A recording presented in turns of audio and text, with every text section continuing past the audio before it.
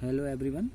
Today topic is modern periodic law and the present form of periodic table. Last section तक हमने जो history की बात की थी वो मैनलीफ तक हम लाए थे.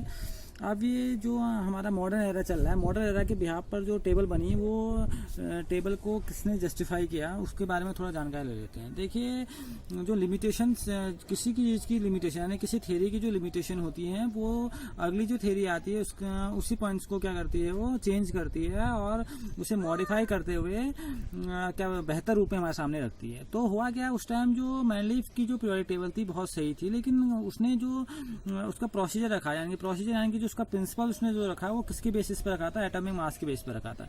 वो कहीं जाके गलत हो गया क्योंकि किन्हीं दो एलिमेंट का एटॉमिक मास एक जैसा हो जा रहा था, डेसिमल्स के पॉइंट्स की इतनी जानकारी नहीं थी, काफ़ी कुछ उसमें मिस्टेक थी. उसको सुधार के जो लाए यहाँ पर को मोजले. ठीक है ना, मोजले एक साइंटिस्ट आए जिन्होंने हम बोर की हेल्प से यानी कि एटॉमिक नंबर की भी यहाँ पर को डिस्कवरी हुई. एटॉमिक नंबर के बिहाफ पर इन्होंने एक नया पीरियोडिक फंक्शन रखा यानी कि एक नया एक रूल रखा जिसे हम कहते हैं हम बोलते हैं मॉडर्न पीरियोडिक लॉ या मोजले पीरियोडिक लॉ. ठीक है ना, तो ये क्या था इसको थोड़ा समझ लेते हैं पहले कि एक्चुअल में चीजें है क्या. ठीक है ना, the physical and chemical property of the elements of periodic function of the atomic number.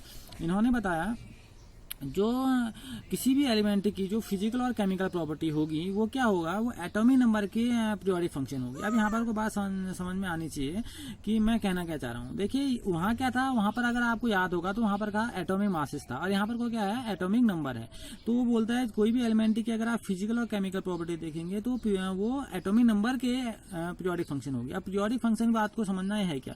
Periodic मतलब कि उनमें आने वाली जो प्रॉपर्टीज होंगी, जैसे आगे उनकी पीरियोडिक प्रॉपर्टीज के बारे में जैसे मैं आपको बताऊं एक तो कैसे आप जानेंगे. इलेक्ट्रोनेगेटिविटी जो आपने क्लास 10 में थोड़ा बहुत सुनी होगी, इलेक्ट्रॉन गेन इन थेरेपी, ठीक है ना, आयनिक रेडियाई, एटॉमिक रेडियाई, तो उसके बारे में हम जानने की कोशिश करेंगे. ओके, पीरियोडिक लॉ के बिहाफ पर हमने जाना है कि हम किन पीरियोडिक फंक्शन की बात कर रहे हैं और पीरियोडिक फंक्शन को हम आगे पढ़ते रहेंगे जब हम आगे के सेक्शन की ओर पढ़ेंगे कि जो मैंने प्रॉपर्टी बताई कि कैसे एटॉमिक नंबर की पीरियोडिक फंक्शंस होती हैं. ठीक है ना, तो इन्होंने इस चीज़ को यहाँ पर को जस्टिफाई किया था. अब इन्होंने क्या किया कि अगर आप इस चीज़ को समझेंगे तो इन्होंने क्या किया, जो पीरियोडिक जो आपकी पीरियोडिक टेबल थी जो आपकी, उसको इसने क्या किया, एक long form of periodic table के रूप में दे दिया. ठीक है ना, यानी कि यहाँ पर इसने कुछ ग्रुप्स और कुछ पीरियड में डिवाइड कर दिया उसे. हम बोल सकते हैं इसमें इन्होंने 1 to 18 ग्रुप रखे और 7 पीरियड रखे और वहां पर को ऐसे एलिमेंट रखने स्टार्ट इन्होंने कर दिए. ठीक है ना, और वहां पर किसके बिहाफ पर, एटॉमिक नंबर के बिहाफ पर उनको रखना स्टार्ट किया.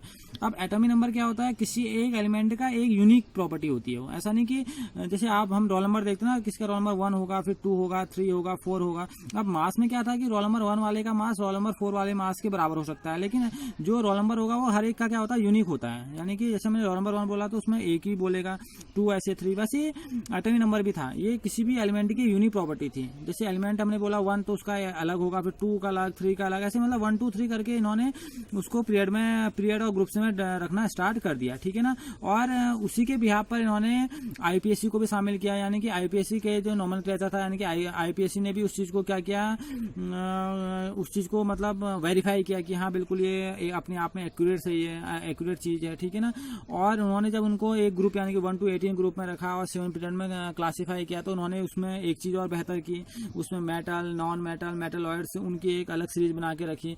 तो ये एक अचीवमेंट था. ठीक है ना, जिन्होंने बहुत काफी कुछ यहाँ पर को हमें सही दिखाया. अगर मैं आपको इस पीरियोडिक टेबल को दिखाने की कोशिश करूं तो अगर आप देखेंगे तो इस ओर देखेंगे, अगर हम इस पीरियोडिक टेबल को देखिए, ऐसी long form of periodic table है. इसको अगर हम समझ लेंगे तो हमारे माइंड में काफी कुछ चीजें क्लियर हो जाएंगी. अगर हम यहाँ पर को देखने की कोशिश करें तो देखिए यहाँ पर को इन्होंने दिए, यहाँ को आप 1 2 3 4 5 6 7 8, यहाँ से आपको 8 18 तक, यहाँ तक 18 तक आपको दिख रहा है. और यहाँ पर इन्होंने इनको हर एक को, यहाँ पर मेटल है, यहाँ पर आपके नॉन मेटल हैं, बीच में आपके ट्रांजिशन मेटल हैं. ठीक है ना, और यहाँ पर को देखिए जो उन्होंने 0 ग्रुप पहले रखा था मैनलीफ ने, अब यहाँ देखिए लास्ट में आ चुका है 0 ग्रुप, जिसको इन्होंने क्या बोला, नोबल गैसेस बोला. ठीक है ना, और ये देखिए इसी के बीच में जो डी सीरीज बची है, जो एफ सीरीज है यहाँ पर को, जिसे हम लास्ट में पढ़ेंगे ट्रांस यूनिक या यूरेनियम ट्रांस यूरेनियम एलिमेंटल्स बोला जाता है इनको. ठीक है ना, यानी कि ये आपके रेडियो एक्टिव एलिमेंट्स होते हैं, तो इनको अलग सीरीज में एफ ब्लॉक को अलग में रख दिया गया. लेकिन एक चीज देखिए, यहाँ पर को हाइड्रोजन आपको दिख रहा होगा, हाइड्रोजन को अलग किया गया है. यही इसकी एक बड़ी वो थी कि हाइड्रोजन के बारे में ये भी नहीं बता पाया, क्योंकि हाइड्रोजन एटॉमिक नंबर 1 था तो रखा तो 1 के ऊपर गया, किसके ऊपर रखा जाएगा, देखिए 1, यानी कि यहाँ पर इसको रखा गया क्योंकि 1 आएगा, 1 2 ऐसे आएगा, लेकिन रखा इसे मेटल के ऊपर गया है, लेकिन ये मेटल होता नहीं है. ये तो एक्चुअल में क्या है, गैस है, और प्रॉपर्टी ये नॉन मेटल की भी दिखाता है, ठीक है ना। तो ये मेटल भी है, नॉन मेटल भी है, ठीक है, यानी कि हम बोलेंगे गैस है एक्चुअल में, प्रॉपर्टी दोनों की जरूर दिखा रहा है, लेकिन ये एक एक्सेप्शन था, इसकी डिस्कवरी चल ही रही है, हम बोल सकते हैं इसमें, क्योंकि ये हम अगर किसी भी, अगर आपको स्पेक्ट्रम में याद हो तो हाइड्रोजन से ही बात हुई थी, अगर क्योंकि 1 इलेक्ट्रॉन सिस्टम है, और वही उन्हीं चीज़ों की बात यहाँ पर को की गई है। तो इसने क्या किया, एक long form of periodic table रख दिया, जहाँ इन्होंने 7 पीरियड रखे, और यहाँ पर कोई 18 ग्रुप रख दिए, और उनको ये फर्स्ट डे, सेकंड डे, ऐसे third day, fourth day, fifth day, six day से लेकर यहाँ फर्स्ट भी सेकंड भी यहाँ से लेना स्टार्ट किया इन्होंने। तो इसको इस तरह से इन्होंने क्या कर दिया, डिवाइड कर दिया, ठीक है ना। जो आपको यहाँ पर कोई UNN UNB दिख रहा है, यहाँ पर कोई इनके नाम है जो जो बोल सकते हैं रिसेंटली डिस्कवर हुए हैं, तो इनको अभी कोई नाम ऐसे दिया नहीं गया है, ठीक है। तो ये इनका नाम होता है कि जो 100 से ऊपर जो आते हैं एलिमेंट्स, उनका नाम कैसे क्लासीफाई किया जाता है, उसको भी हम सीख लेते हैं यहाँ पर को कि इनको बोला क्या जाता है, ठीक है ना। तो इसको भी जान लेते हैं। देखिए मैं आपको बताना चाहता हूँ कि 100 से ऊपर के अगर एलिमेंट्स होंगे तो उनको हम कैसे उनका नाम हम क्या बोलेंगे, ठीक है, उनका एटॉमिक नंबर क्या होगा। देखिए अगर हम इस ओर आते हैं तो देखिए अगर यहाँ पर कोई डिजिट हम पहले मैं कुछ IUPAC नॉमेनक्लेचर के हिसाब से मैं कुछ चीज़ें सीखनी होंगी, उस चीज़ को हम सीख लेते हैं। देखिए अगर 0 आता है तो 0 को हम नील बोलते हैं, NIL, नील यहाँ पर को लिखा हुआ है, ठीक है ना। और अगर हम थोड़ा और मैं इसको आपको जूम करके दिखाऊँ आपके बुक में, आप बुक से जरूर इस चीज़ को पढ़िए। अगर एटॉमिक नंबर के नॉमेनक्लेचर आप उन एलिमेंट्स को कैसे करेंगे जिनका एटॉमिक नंबर 100 से ऊपर है, 100 तक में तो नाम दिया गया, लेकिन 100 से ऊपर जिनका है उनका हम नॉमेनक्लेचर कैसे करेंगे और कैसे हम कर सकते हैं। अगर 0 है तो उसे हम नील बोलते हैं, ठीक है ना। और अगर 1 आता तो अन बोला जाता है, 2 आता तो बाई, 3 आता है तो ट्राई, 4 आता है तो क्वाड, 5 आता तो पेंट, और 6 आता है हेक्स, 7 सेप्ट। और इनका देखिए आप इसको कैसे, इनका सिंबल क्या है, इनका सिंबल है इसे N से, इसे U से, इसे B से, इसे T से, इसे Q से, इसे P से, ऐसे इसको दिखाया जाता है। अब आपसे बोला जाए कि 101 को आप कैसे, आप उसको कैसे मतलब उसको निकाल सकते हैं। जैसे मैं आपसे बोला कि 101 को अगर आपको बताना हो, ठीक है ना, 101 का आपने नॉमेनक्लेचर करना है, ठीक है ना। अब 101 का हम नॉमेनक्लेचर कैसे करेंगे, अगर हमारे पास ये सीरीज अगर आप देख रहे हैं 101, अब 1 को क्या बोला जाता है, अन, तो यहाँ पर को 1 को क्या बोला जाता है, अन, ठीक है ना। अब देखो 0 क्या बोला जाता है, नील, तो यहाँ पर वो क्या हो गया, नील, NIL। अब फिर अन को क्या बोला है, 1 को क्या बोला जाता है, फिर से वही हो गया, अन हो गया, ठीक है ना। तो बना क्या आपका अन। अब यहाँ पर लास्ट में क्या लग जाता है, EM लग जाता है लास्ट में सबके, ठीक है ना, IUM ये लगा देंगे आप, तो ये बन गया इसका नॉमेनक्लेचर, ठीक है ना। आप ऐसे किसी का भी कर सकते हैं, ठीक है। जैसे मैंने आपसे बोला 103 का करके दिखाओ आप। अब 103 में देखिए 1 को क्या बोला जाता है, 1 को बोला जाता है अन, ठीक है ना, ये हो गया, देखिए अन बोला जाता है।